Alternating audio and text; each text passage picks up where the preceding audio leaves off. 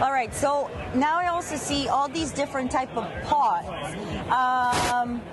Can you run through it, explain to me when I would want to use which one, why is one more beneficial than the other? I like that. That's a good way to do it. So what you probably want to start out with is the Geo transplanter. Oh, wow. This is a little 2-gal. And kind of what makes this special, you know, fabric pots, some of the big benefits of fabric pots is basically, it's called air root pruning. Okay. When your roots grow out to the edge of the container, normally with a plastic pot, they kind of hit the edge of the container, they start wrapping around, your plants become root bound, as well as the fact that there's a couple little tiny holes at the bottom, so the drainage is pretty terrible in most plastic pots. With these, your roots actually try to grow through the edge of the fabric. They get exposed to the tip. They just basically make the tip of the root out there, and they get exposed to air.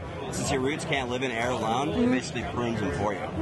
So each time they hit the edge of the container, they just divide and divide and divide and divide, and eventually you have these root systems that are just really nice and healthy and just incredibly full of fibrous roots, as you can kind of see in that photo. Okay. So what's cool about this one, this is kind of where you want to start out at. It's got a Velcro seam right here, so when it comes time to transplant, all you gotta do, I like to give it a light watering before you actually are gonna do it, because basically it's gonna kind of keep the root ball a little more tacked, make it a little more easy to work with. So you kind of scoop on in, take the plant, transplant to your next container. Oh, okay. So we have a variety of containers. This is the original Geopot, 5-gallon size. What you're gonna see is it's a little bit more rigid than some of the other fabric pots on the market. She stands up by itself pretty well. Really nice and easy to fill with soil. You don't kind of have to have your arm in there and be trying to put a bag over your shoulder and all that stuff. Quadruple stitch using marine thread, designed for sails for sailboats. Totally, going to be able to withstand all the environment. I mean, they're durable. Yeah, let's see it. Can you do it? Watch this. Oh, just kidding. We sew our handles on separately. These are pretty burly as well. So yeah, this is kind of the original Geopot. They have square bottoms, so they fit really efficiently into flood and drain trays. So that's kind of a nice way to use your space. We also have the G Lite. She'll be able to see. It's about 30% less in cost. You can see it's a little bit of a thinner fabric. Yeah, for sure. So why would I want to use this one? Because it seems to be more durable compared to this one. It's a cost thing. It's a cost issue. Yeah. Okay. I mean, if you're not planning, these are going to last you 5-6 years. Oh, wow, okay. Treat them properly. Wow, okay. You just want to wash them with a little bit of Oxyclean, kind of gets rid of any pathogens or anything like that.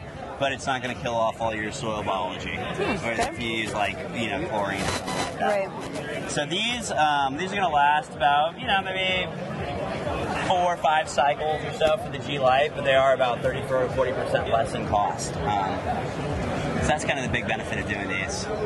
Yeah. Then we have a brand new model, one of my personal favorites. This is called the Squat Pot. Cute. Yeah. This is a 5-gallon, but see how wide it is in comparison to like this one. Right. But you don't have these awesome handles.